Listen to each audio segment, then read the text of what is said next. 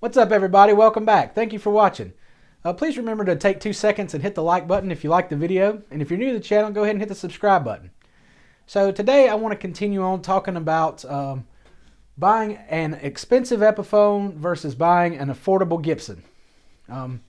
This video, I'm going to take a look at 2 guitars here. I have an Epiphone SG. This is a G400 1966 Pro.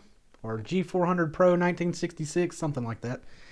I bought this guitar brand new when it came out, and I've had it ever since. I've been enjoying it. It's been a nice guitar. And then over here I have a Gibson SG Faded T, and this is a 2005, I believe. I picked this guitar up at a pawn shop maybe 4 or 5 years ago now. 3, 4 or 5 years, I'm not sure. But I've been playing it for a little while. I like it okay. It's definitely not my favorite guitar, I will say. We're going to check these out, and what I'm going to do is first I'm going to show you that even though these are not in the current lineup of Epiphone or Gibson, that they are still very relative and relatable. So we'll take a look at that, and then we'll look at the specs of these guitars side by side. Just notice the differences there, and then we'll take a listen to the pickups side by side. We'll do a comparison there. And then I'm just going to, hold the guitar, kind of go over it, tell you how it feels in my hand, and compare the two in that way. And then after that, I'll just give you my final thoughts on these 2 guitars, and we'll play the game. If I had to pick one, which one would I pick? So hopefully this will be pretty fun. Let's get going. Oh, before we get started, I should say one more thing. This is completely subjective, of course. I have 2 guitars here. I mean, these do not represent every version of these possible guitars in the world, of course. And, I have my own preferences and opinions, and so, what I find between these 2 guitars is definitely going to be my opinion. Just please take everything I say with a grain of salt. That said, let's get into this.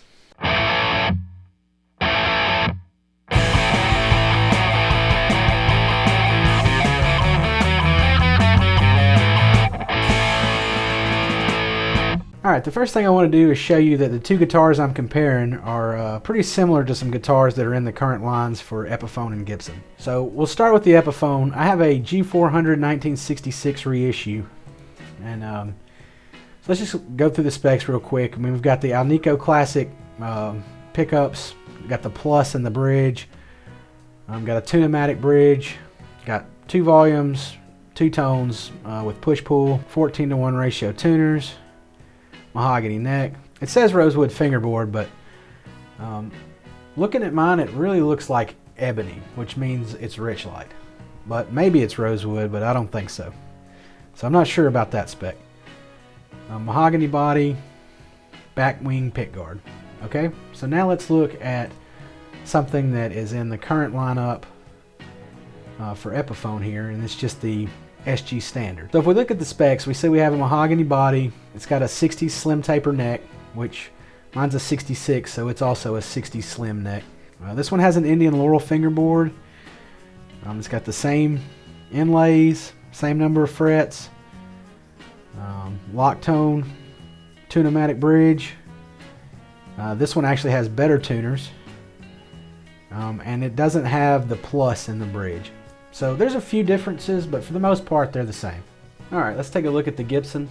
It was hard to find the spec page on this because they've made these from 2003 to 2018, and they changed some specs over the years, but we can take a quick look here. Alright, you can see that the body is made of mahogany, the neck is made of mahogany, the fretboard is rosewood. You've got the SG rounded profile, it's 12-inch radius, it's got the 490T and the 490R pickups in it. It comes with Gibson Deluxe tuners. Those are 14:1, which is the same as the tuners on the Epiphone I'm comparing here. So now let's look at the current SG Tribute here. Mahogany body, lacquer finish. Says it's a maple neck. Surprised by that. It's got a rosewood fingerboard. Alright, acrylic dots. Graphtec nut, like I said. Tune-o-matic bridge. Vintage Deluxe tuners, 490R, 490T.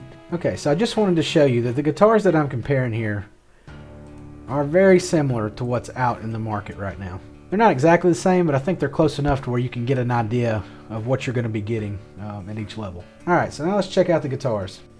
Alright, so let's compare these guitars side by side. Two guitars at the same time, everybody's dream. Alright, so you can see that, you know, they look pretty similar. They even have the same style pick guard on them. So if we compare the knobs, I definitely like the ones on the Gibson better than the ones on the Epiphone. They just seem sturdier. You may even see one of the ones on the Epiphones is chipped. Alright, so the Gibson has a cream switch tip where the Epiphone has a black one. If we kind of compare the tailpiece and the bridge here, even though they look similar, the one on the Gibson is much higher quality. It's just better metal, it's thicker. The stuff they use on the Epiphone is a metal alloy and it's just a lot softer. Okay, if we talk about the pickups now, you can see that the Epiphone pickups are covered, but they are not USA pickups. Pickups in the Gibson are not covered, but they are USA pickups. The fingerboard on the Epiphone, they say it's rosewood. I actually think it's Richlight on this particular one. On the Gibson, you have rosewood. You can see that the Epiphone has perloid trapezoid inlays, whereas the Gibson has acrylic dots. The frets are pretty much the same. The nut material is better on the Gibson. Here you can see the two headstocks side by side. The Gibson just has a silkscreen logo with nothing on the truss rod cover, whereas the Epiphone has a perloid logo and the crown on the top, but it also has the old Epiphone headstock, which is not the best. Here's the side profile. You can see the dots on the side of the Gibson are a little bit bigger than the dots on the side of the Epiphone, and you can also see that the Gibson neck profile has a bit more roundness to it. Alright, we'll take a quick look at the back. Not a whole lot of difference here other than the finish, but just wanted you to kind of see it.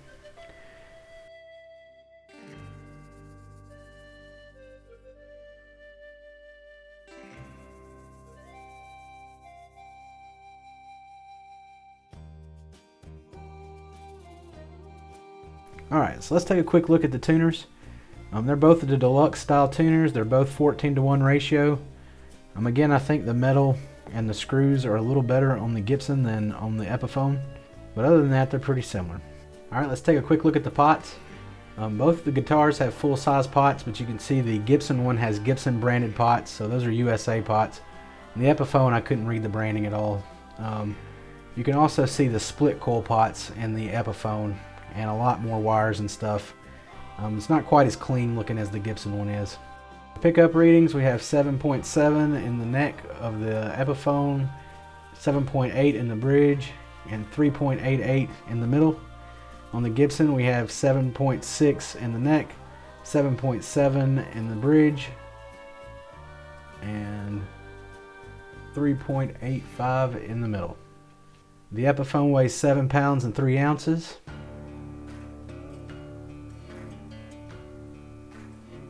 And the Gibson weighs 6 pounds 5 ounces.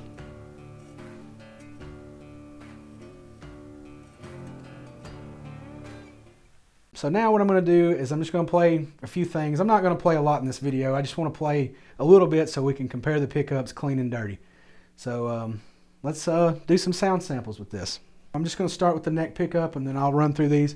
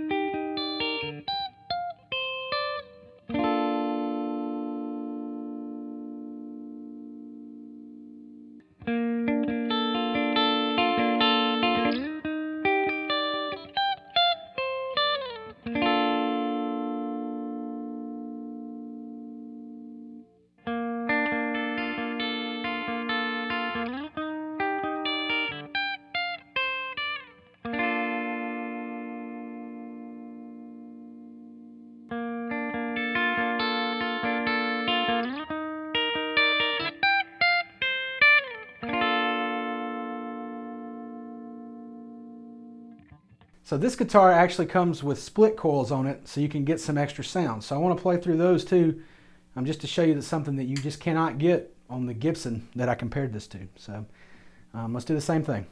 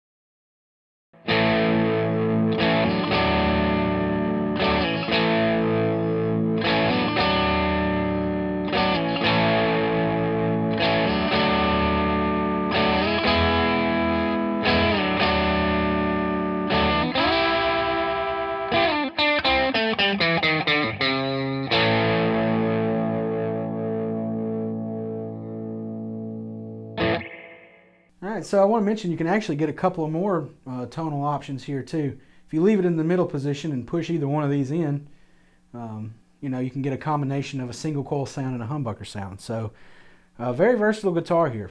Alright, so what I want to do now is just talk about how this guitar feels in my hand a little bit. Okay, the first thing I want to mention is that without touching this here, there's no neck dive with this guitar. This is the Gibson, right? You can see no neck dive. This is a pretty light guitar. This strap, I would say, has about a medium roughness to it. It's not super slick, but it's not leather or anything like that. I specifically chose this strap because of that. So you can see I've got no neck dive here, which is great.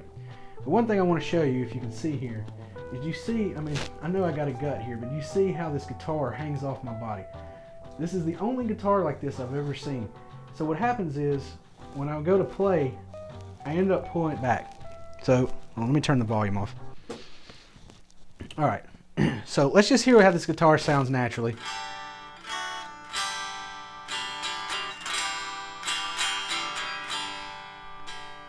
All right, so if you noticed, I didn't have my arm resting on it. Watch what happens when I rest my arm on it while I'm playing. See how it bends it out of tune? Now I can try to compensate for that and bring this hand forward, but it's real awkward to me. So I'm not sure if that has anything to do with where these strap buttons are or anything like that. I think it has more to do with the weight of this guitar and how light it is. Like I said, I've got something pushing it off of my body, of course, but I got a lot of guitars, and this is the only guitar I've ever had to deal with that with. So that's one thing I've noticed while playing this guitar over the years that drives me a little nuts about it. Another thing I want to mention about this guitar is the neck profile. This is a really thick neck profile for an SG to me. This is about as chunky as that Epiphone 59, but it doesn't feel the same to me. I don't know. I don't love this neck profile for an SG, I'll say that. This is that rounded neck profile that they have, and I think this is what comes on pretty much all of the lower end Gibsons, and so you may want to play this for yourself. You know, again, that's a preference thing, but something that I wanted to note.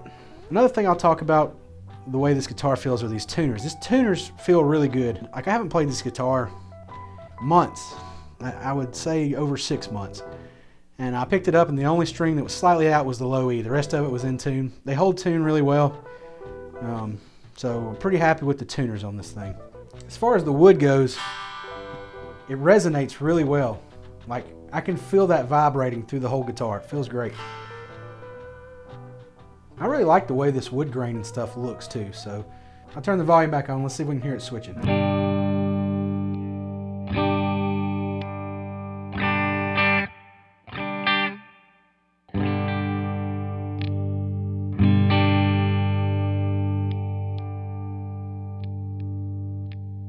It's got a little bit of crackle in it, but it's really not that bad.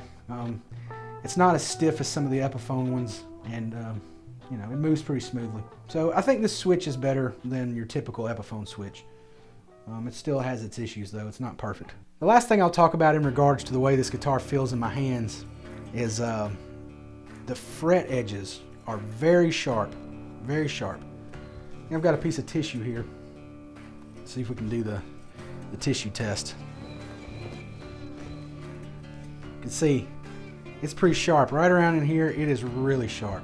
You can hear my hand running over it. I'll say that's not very comfortable when you're playing.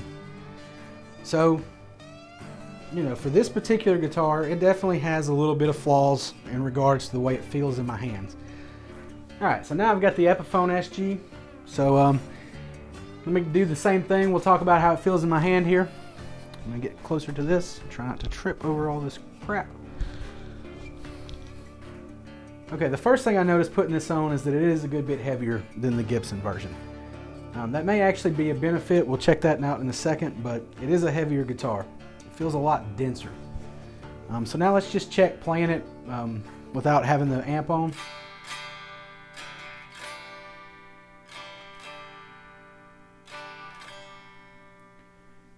I can feel the vibration in my hand, but I don't feel it in my body like I did in the other one.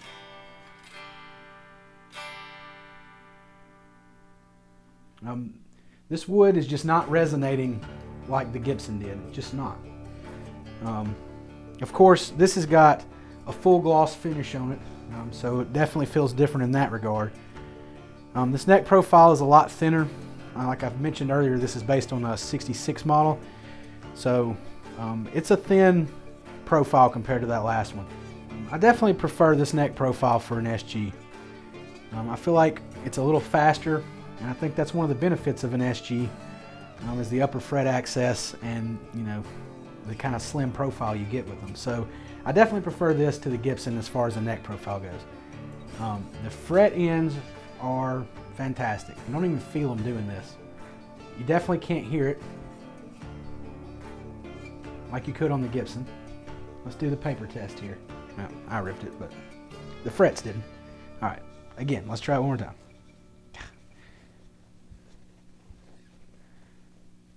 So you can see I got no rip where I was running across the frets. This is where I was holding it right here. Okay? So definitely better attention to detail at this level in Epiphone. Alright, the next thing we'll check out is neck dive. You can see it's trying to pull a little bit here. It's still not moving it. I mean, this isn't happening. Like I said, this is kind of a medium grip strap, but I can tell it's pulling. If I move around, like if I was playing and stuff and moving my body, this would dive for sure. So that's one thing to consider. The next thing we'll talk about are the tuners up here. I mentioned with the Gibson when I picked it up, it was pretty much in tune. That was not the case with this one. Again, it's been a while since I've played this, but I definitely had to retune the thing. These tuners are not bad. They're not quite as good as the ones on the Gibson, but again, I didn't expect that. I mean, I know that the hardware on Epiphones is usually not quite as good as the stuff on Gibson. You can see here it's got SG Pro on the truss rod cover. Let's check out the switch. You can hear it's got that clicking noise that I was talking about earlier. If you're real careful, you can make it not happen, but it kind of snaps back into the middle position. If you pull it up, it's not too bad, but when you go to the middle, snaps. Go down, it's not too bad. Back to the middle, it snaps. So let's see if we can hear that with the amp on.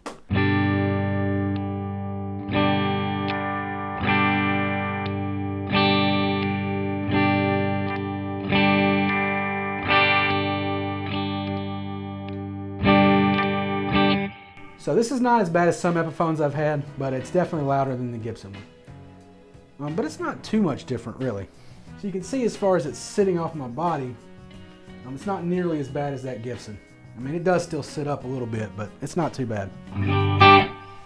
Alright, so let's go over my final thoughts on these two guitars. First I want to say that when I was kind of outlining this video, I went ahead and wrote down my final thoughts because I've had these guitars for years. But I've never played them back to back like that. And I'm going to have to go off script because what I wrote down and the way I'm feeling right now don't exactly match up. So let me just talk about this a little bit. Let's talk about the Gibson first. Let's talk about the things that I really liked about this guitar, and then we'll talk about the things I didn't like about it. First of all, I really like how resonant the wood is. Like I was saying earlier, you know, you play this thing, and you can feel it vibrating through the entire guitar. I mean, like I said, it feels electric, you know, it feels really good. You can tell it's got a nice acoustic sound to it. And then when you plug it in, it's just, you know, amplified that much more. It feels really good. It sounded good too. The next thing I'll talk about that I like about this guitar are actually the pickups. This is one thing that I wrote down the opposite. I've never really been a huge fan of the 490 pickups, but when comparing them side by side to the Epiphone, they just seem to have a little more punch and bite and maybe a little more presence in the room. That could have something to do with the guitar's resonation, like I was saying earlier, but it actually sounded really good. I was pretty happy with the way the pickups sounded. The other thing I'll mention is, like I said, I didn't have to tune this thing very much. It's been in tune pretty much since the last time I played it, so tuning stability really good on this. So I was really happy with that. Knobs and switches are fine, nothing really special. The switch is okay, it's not great, it's not bad. Another thing I do like about this guitar is the way the wood looks. I'm usually not a huge fan of the satin finishes either, but this thing looks good. I mean, alright, now I want to talk about a few things I didn't like about it. It's so light that I showed you that if I rest my arm on it, I pull it out of tune. So that's a negative against the playability of it for me. And the other thing is the neck profile. I know that's subjective, so, you know, go try one yourself for sure and, you know, see what you like. But I definitely do not like this neck profile. Something about it just seems too chunky to me in the wrong spots. The last thing I'll mention for the quality of this are these fret edges. They're really sharp. So let's think about this in terms of gigability. I think if you took this guitar out, you're going to sound good. You know, you're going to sound fine at least. It may not be the exact sound I want in my head, but I think it sounds pretty good. So this guitar is going to probably give you, of the two, the better sound. That said, you've got the whole tuning issue, you've got the neck, you've got the sharp frets. So I say the playability on this guitar is much less than this one. You know, just these fret ends alone, I would have to do something about that if I was going to take this guitar out and gig with it, because there's no way I'm sitting there playing this all night cutting my hands up. And again, I think pulling it out of tune and all that, I just don't think I would gig this guitar. I really don't. Alright, so now let's take a look at this Epiphone. Again, right off the bat, it's much heavier. You can take that as a pro or a con. You know, I don't have the issue when I rest my arm on it that goes out of tune, so I'm thinking that the weight really helps there. But, you know, picking it up, it's definitely a chunkier guitar. That leads me to another thing about this guitar, is it has a little bit more neck dive than that one. Just, again, something you got to deal with an SG. Some things I really like about this guitar, you've got the push-pull options. That just gives you more flexibility in what you can do. I've definitely gigged this guitar before, and I've played with surf bands and stuff where it was all kind of Strat sounds, and I just, you know, split the coils and played the entire show like that, and it was fine. It sounded really good. So I really like that feature of this one. I think these pickups sound pretty good. They may be not quite as clear as that one, but if you're not comparing them back to back, I think they sound good. I think the Alnico Classic Pros are probably my favorite Epiphone pickups. So, you know, I'm happy with the pickups, but I have to admit, that sounded a little better, right? I think these sounded really good clean, but when you added some distortion to it, they got kind of muddy. Next, the neck profile. I like this so much more for an SG. It's a little thinner. It's not too thin, but I just think it fits an SG a lot better than that one. So I definitely like that better. Fret edges are a lot better on this guitar. Doesn't stay in tune as well. I don't know if that's the tuners or the plastic nut. I know Epiphone these days is using graft neck nuts, but on this particular guitar, this is a plastic nut. So that may be causing some of my tuning issues. And they weren't bad, but it was definitely worse than that one, right? So, you know, something to know there. Let's talk about the price difference here. So this, when it was brand new, it was, I think, $900. And this one, when it was brand new, was $400. So you're looking at about a $500 price difference there. That's another guitar, you know, if you get another Epiphone. It all depends on what you want, really, and what you're trying to get out of it. I'll say for me personally, I'm not an SG guy. So, you know, I'm not necessarily looking for the best SG out there. I just want an SG to have one, right? So, again, it's all about your personal preference. But I did say that I would play the game of, if I had to pick one, which one would I pick? And I'm also going to play, if I had to buy one, which one would I buy? So, I have to say, if you were just going to give me one of these guitars, I would take the Gibson. And here's why. If I decided that I didn't like this, I could always sell it and get something, you know, of equal or lesser value.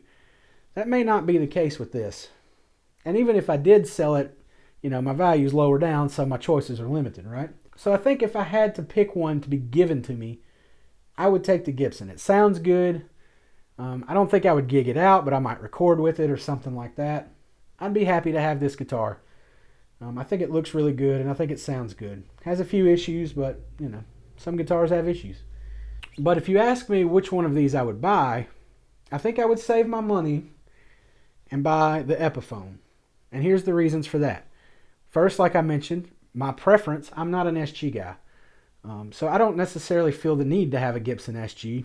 I just want an SG to play with, right?